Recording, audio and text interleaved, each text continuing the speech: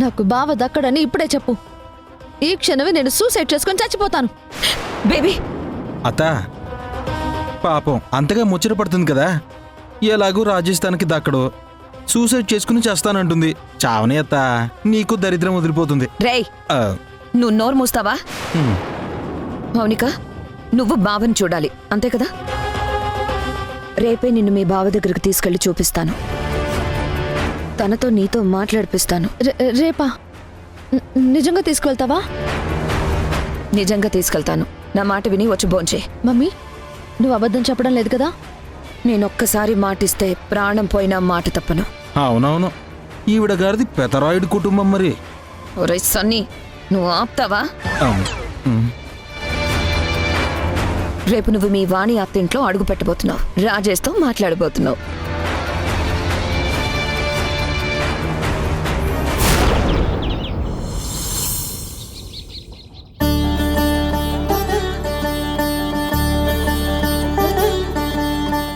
స్వామి, సంధ్య కూతురు బ్రతికే ఉందన్న ఆనందంలో ఇండియాలో అడుగుపెట్టిన నేను ఎన్ని రోజులైనా సంధ్య మొహంలో నేను ఆనందం చూడలేకపోయాను. నా కోరిక తీరకుండా అలాగే మిగిలిపోయింది. దీనికి తోడు నా కూతురు ప్రవర్తనలో రోజు రోజుకి వచ్చే మార్పులు అసలు ఎటు దారి తీస్తుందోనని నాకు భయంగా ఉంది. అక్కడ బిడ్డ లేక సంధ్య సంతోషంగా లేకపోతే ఇక్కడ బిడ్డ ఉండి కూడా నేను సంతోషంగా లేను. అనుపాప భవిష్యత్తు గురించి నాకు భయంగా ఉంది. నాకు సంధ్యకి న్యాయం చేసి మా జీవితాల్లో వెలుగు ప్రసాదించు తండ్రి.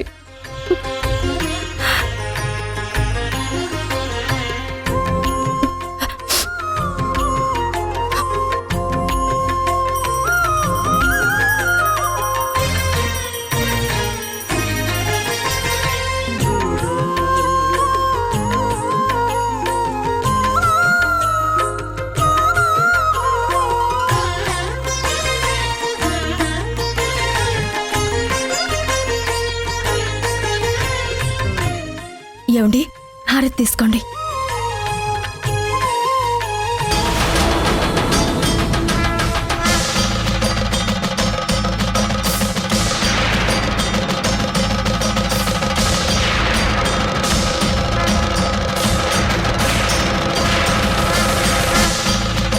ఏంటి వింధ్య, హారతి ఇలా కొండెక్కింది?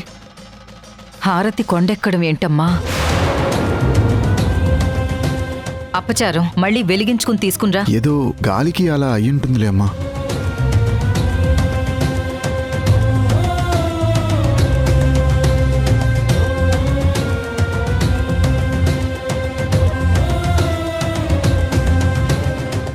ఉన్న పళంగా హారతి కొండెక్కడమేంటి?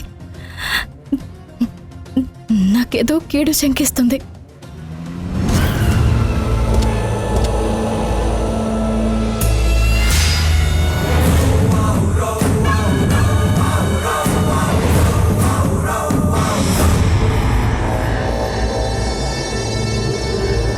అత్త, నా మాట విను. రాను రాను అంటే బలవంతంగా నన్ను లాక్కొచ్చారు. అక్కడికి వెళ్ళి అడిగి మరీ చెప్పుతో కొట్టించుకోవడం అవసరమా? చూడు మౌనిక, బయట నుంచి చూసి బయట నుంచే వెళ్ళిపోదాం. బావా గీవా అంటూ కొత్త కొత్త సమస్యలు తీసుకురాకు. రే, నువ్వు నోరు మూస్తావా? మౌనిక, నువ్వు పదమ్మా.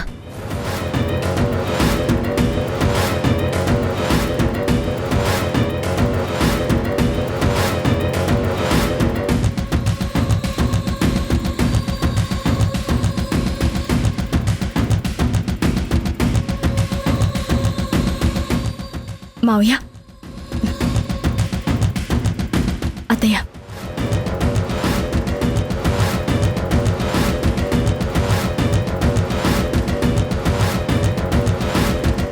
భారత్ నాకు కూడా ఇవ్వ వింధ్యా.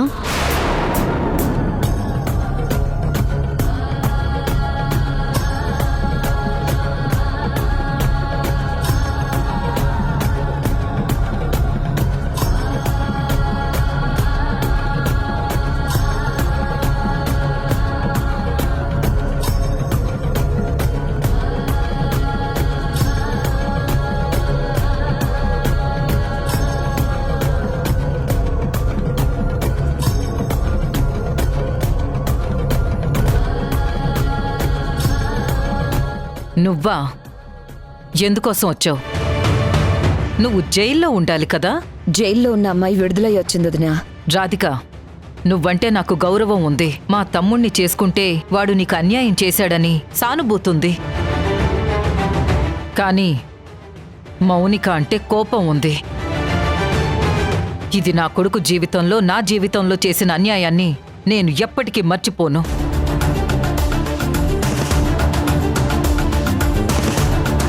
దాన్ని బయటికి పొమ్మని చెప్పు. నేను అదే చెప్తున్నానండి, కానీ వినట్లేదు. వాణి పిన్ని గారు అంత చెప్పినా కూడా ఎందుకు? పదండి వెళ్దాం. రై, నువ్వు కాసేపు ఆగు. మౌనిక, నువ్వు వచ్చింది మీ అత్తయ్య ఆశీర్వాదం కోసం కదా, వెళ్ళి ఆశీర్వాదం తీసుకో. ఆగు.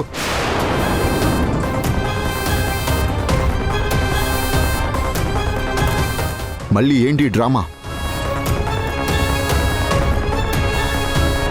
నువ్వు ఎంత ట్రై చేసినా మా కుటుంబానికి ఇంకా దగ్గర కాలేవు. దయచేసి బయటికి వెళ్ళు. అదేంటి బావా, నేనెంత కాదనుకున్నా నీ మరదల్ని. వింధ్య సిస్టర్, నువ్వైనా చెప్పు. ఇన్ని రోజుల తర్వాత వస్తే ఎలా ఉన్నావు మౌనిక అని అడగాలి తప్ప ఎందుకు వచ్చావు వెళ్ళిపో అంటారా? తప్పు కదా. నోరు మూస్తావా? నీ డ్రామాలు, నీ నంగనచ్చి వ్యవహారాలన్నీ నాకు తెలుసు. మనిషి ఎప్పుడైనా ఒక్కసారి మోసపోతాడు, పదే పదే మోసపోడు. బయటికి వెళ్తావా? మెడపట్టి బయటికి గెంటేమంటావా?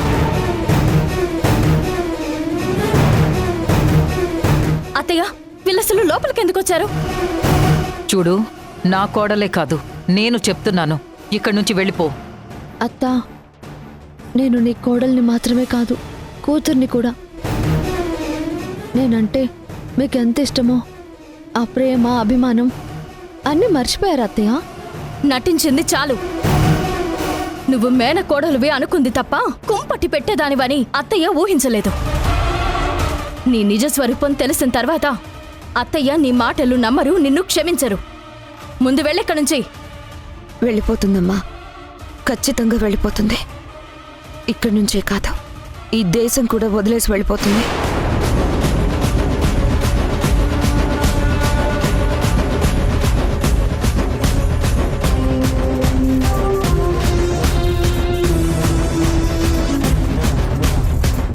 దేశమా?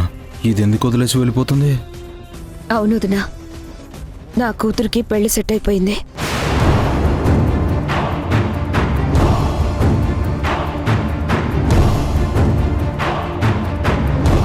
అబ్బాయి అబ్రాడ్లో ఉంటున్నాడు.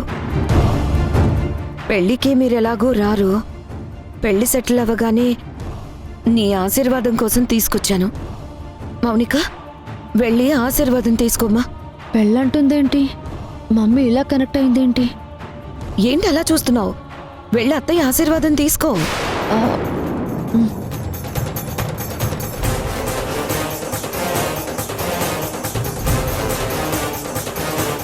పెళ్లి చేసుకుని ఇక నుంచైనా బుద్ధిగా ఉండు. ఇంకెప్పుడు కాపురాలు కూల్చాలని ప్రయత్నించుకో. వెళ్ళు. నువ్వు ఆశీర్వదించావు, నాకదే చాలత్తయ్య. బాబా, నీకు నా మీద కోపం ఉంటే నన్ను కొట్టు తిట్టు, కానీ నన్ను ద్వేషించకూడదు. నేను నిజంగా మారిపోయాను బావా. అవునల్లుడు, నా కూతురు మారిపోయింది. మారిపోయింది కాబట్టి ఇంకో పెళ్లి చేసుకుంటుంది. వేరే వాడితో 7 అడుగులు నడవడానికి సిద్ధపడింది. ఇప్పుడు కూడా నా కూతురును అనుమానించి మనకు మధ్య దూరాన్ని పెంచొద్దు. అబద్ధం. దాని కంఠంలో ప్రాణం ఉండగా అది ఇంకో పెళ్లి చేసుకోదు. ఇది తల్లి కూతుర్లాడుతున్న డ్రామా. ఏమండి, ఇక్కడికొస్తే మనం లాగా అవతల పడేస్తామని తెలిసి కావాలని వీళ్ళు పెళ్లి డ్రామా ఆడుతున్నారు. అసలు వీళ్ళని నమ్మద్దు. అత్తయ్య, వీళ్ళని మర్యాదగా బయటికి పంపించండి. రాధిక, నువ్వు చెప్పేది నిజమైతే సంతోషం. ఒకవేళ అబద్ధమై నువ్వు కూడా నీ కూతురికి సపోర్ట్ చేసి నా కొడుకు జీవితం వైపు చూడాలనుకుంటే మౌనికనే కాదు, రాధికను కూడా జీవితంలో క్షమించను. అయ్యో లేదు వదినా, ఈరోజు కాకపోయినా రేపైనా వెడ్డింగ్ కార్డ్తో వస్తాను. పెళ్ళి మీ చేతుల మీదుగానే జరుగుతుంది, అక్షింతలు కూడా వేస్తారు. నిజంగా నువ్వు అన్నట్టు అక్షంతలు వేసే టైం వస్తే అప్పుడు నమ్ముతాం.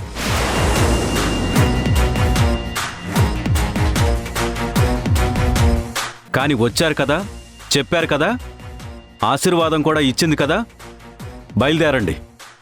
మీ తమ్ముడు నన్ను వదిలేసి వెళ్ళిపోయాడు. అప్పుడు కూడా నేను ఇంత బాధపడలేదు. ఆ టైంలో మౌనిక చిన్నపిల్ల అయినా సరే నేను ఒక్కదాన్నే పెంచుకుంటూ వచ్చాను.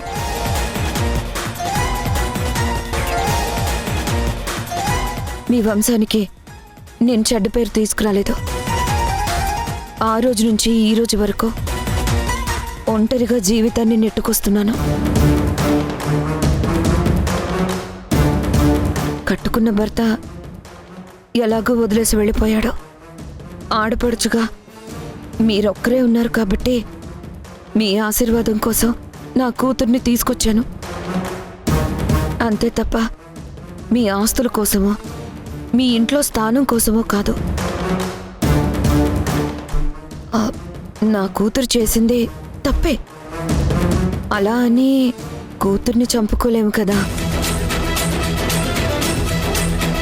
దాని మనసు మార్చి వేరే సంబంధం చూశాను. మీరు తిట్టినా ద్వేషించినా మెడపెట్టి గెంటుతామని చెప్పినా అన్నీ మీ బ్లెస్సింగ్స్ లాగే తీసుకుంటాం. వెళ్ళొస్తాం వదినా. రామౌనిక,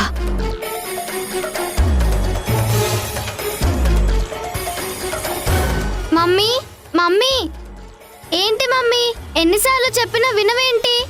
నా రూమ్ లో ఉంచాల్సిన లగేజ్ అంతా తీసుకొచ్చి మళ్ళీ నీ రూమ్ లో పెట్టావేంటి? వాణి, నువ్వైనా చెప్పు.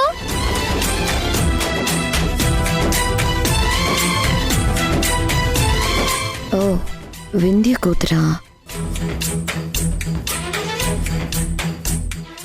వదినా, ఈ పాప వింధ్య కూతురా? ఎంత పెద్దగా అయింది పాప. ఏం పేరు తల్లి నీది? నేను నీకు అమ్మమ్మనవుతాను. నా పేరు రాధిక. ఇది నా కూతురు మౌనిక. మేము మీకు బాగా కావాల్సిన వాళ్ళం. మీ పరిచయాలు ఏమీ అక్కర్లేదు, మీరు బయలుదేరండి. వింధ్య రాజేష్ బావల పాప చాలా హ్యాపీగా ఉన్నారు. బావా, మీరెప్పుడు ఇలాగే హ్యాపీగా ఉండాలి. వాళ్ళు సైలెంట్గా గేట్ అవుట్ అంటున్నారు. పదండి వెళ్దాం.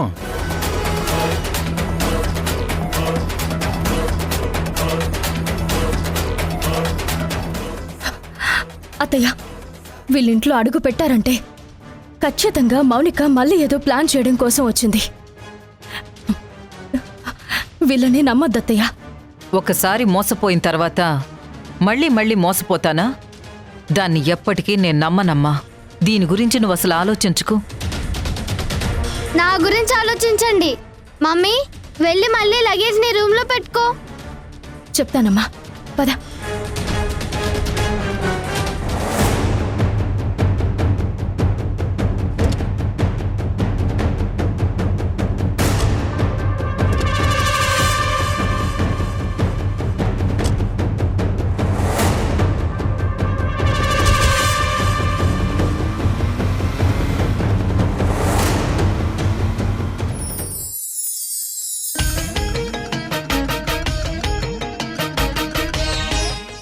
ఇదేంటి, దీపాలు వెలిగించే ఉన్నాయి? ఇంత ఉదయాన్నే నాకంటే ముందు లేచి దీపాలు వెలిగించింది ఎవరు? శ్రీజ అయ్యి ఉంటుందా? శ్రీజ ఇంత త్వరగా లేవదే. శ్రీజ,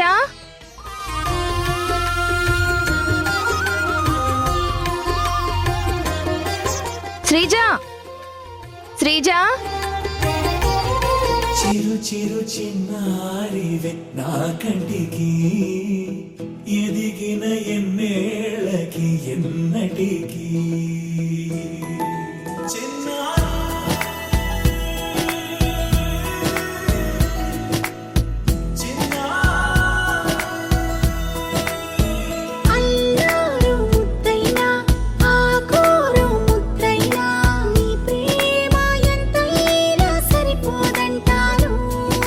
జన్మాలు ఎన్నైనా దైవాన్ని అడిగైనా నా ఇంటి పాపై నువ్వు రావాలంటాను.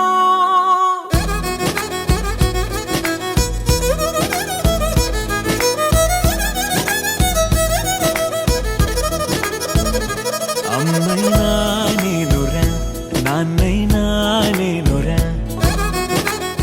ఏమైందమ్మా అలా చూస్తున్నావు? మా ఆశ్రమంలో ఉదయాన్నే లేచి ముగ్గు వేయడం అలవాటు. మీ బదులు నేను వేసాను. నువ్వేమైనా అనుకుంటున్నావా అమ్మా? చచ్చా, అలాంటిదేం లేదు. ఇంత ఉదయాన్నే ఎప్పుడు లేచావు, ఎప్పుడు స్నానం చేసావు, ఎప్పుడు పూజ చేసావు, ఎప్పుడు ముగ్గు వేయడం మొదలు పెట్టావు? తెల్లవారుజామునే లేచి స్నానం చేసి గుడికెళ్ళి ఆ శివయ్యకి అభిషేకం చేయడం, ఆశ్రమంలో ఉన్న దేవుడి ఫోటోల దగ్గర దీపం వెలిగించడం నాకు అలవాటు. ఇవన్నీ నీకెవరు నేర్పించారమ్మా? ఏమో, నాకు అలా అలవాటైపోయింది. ఏ అమ్మా, ఇలా చేయడం తప్పా? అదేం లేదు. బ్రహ్మముహూర్తంలో లేచి ఇలాంటి పనులు చేయడం ఎంత మంచిదో తెలుసా? ఇలాంటి లక్షణాలు నీకు పుట్టుకతో వచ్చాయంటే నువ్వు చాలా అదృష్టవంతురాలివి. నిన్ను చూస్తుంటే నన్ను నేను చూసుకున్నట్టే ఉంది. నువ్వు ఏ తల్లి కన్నబిడ్డవో తెలియదు, కానీ నీకు నాకు ఎన్నెన్నో జన్మల బంధం ఉన్న ఫీలింగ్ కలుగుతుంది. నిన్ను చూస్తుంటే నన్ను నేను అద్దంలో చూసుకున్నట్టు అనిపిస్తుంది. నేను కూడా నీలాగే చిన్నప్పటి నుంచి త్వరగా లేచి తలంటుకుని దేవుడి గదిలో పూజ చేసి ఇలా ముగ్గులు వేస్తాను. నన్ను చూసి మా అమ్మ ఎంత మురిసిపోయేదో. ఇప్పుడు నిన్ను చూసి నేను కూడా మురిసిపోతున్నాను. నిజంగా నువ్వే నా కడుపును గనక పుట్టుంటే నేనెంత ఆనందపడేదాన్నో. లేదు లేదు, నువ్వే నా బిడ్డవి, నువ్వే నా బంగారు తల్లివి. ఉండు, నీకిష్టమైన టిఫిన్ చేసి పెడతాను.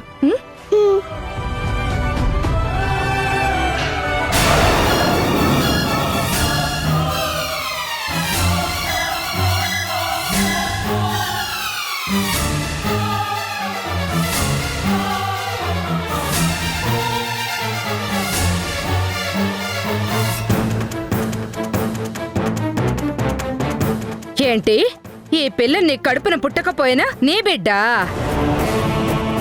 ఎవరికి పుట్టిందో తెలీదు, ఎందుకు వదిలేశారో తెలీదు. అలాంటి అమ్మాయిని తీసుకొచ్చి ఇంట్లో పెట్టుకున్నా బాగానే ఉంది, కానీ నీ బిడ్డ ఎక్కడుంది? నాకిప్పటికీ అర్థం కాదు.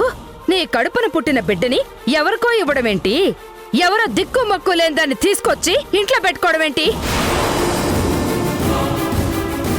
ఇప్పటికైనా నిజం చెప్పు, మన ఇంట్లో ఉండాల్సిన బిడ్డ ఎక్కడుంది? ఎన్నిసార్లు అడిగినా నువ్వు నోరు మెదపో. ఆ బిడ్డ ఎక్కడుందో చెప్పు. నేను నిన్ను అడుగుతున్న ప్రతిసారి నువ్వెందుకు ఇలా మౌనంగా ఉంటావో నాకైతే అర్థం కావట్లేదు. నీ కన్న బిడ్డ మీద చూపించాల్సిన ప్రేమ ఈ దిక్కు మొక్కు లేని దాని మీద ఎందుకు చూపిస్తున్నావో నాకేం అర్థం కావట్లేదు. గుర్తుపెట్టుకో సంధ్య, ఎప్పటికైనా నీ నోటి నుంచి నిజం రాబడతాను. నీ కడుపున పుట్టిన మా బిడ్డ ఎక్కడున్నా వెతికి తీసుకొస్తాను.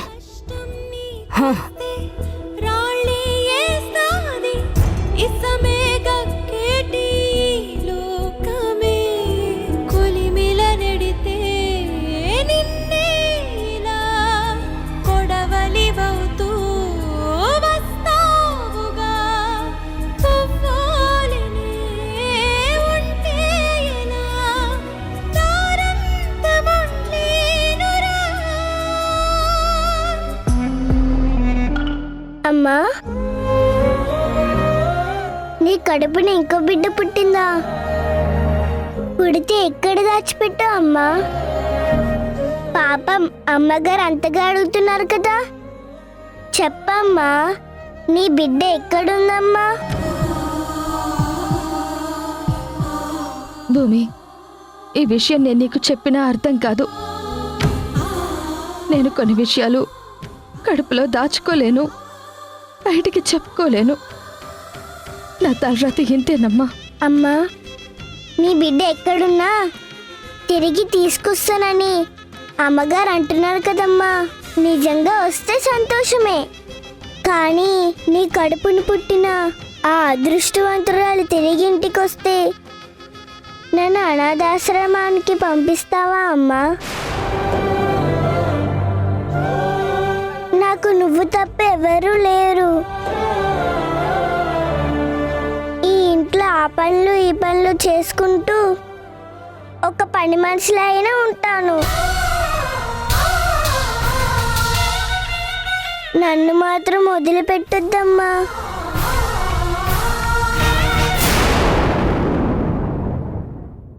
వింధ్య కడుపున పుట్టిన బిడ్డ చనిపోవడమేంటి?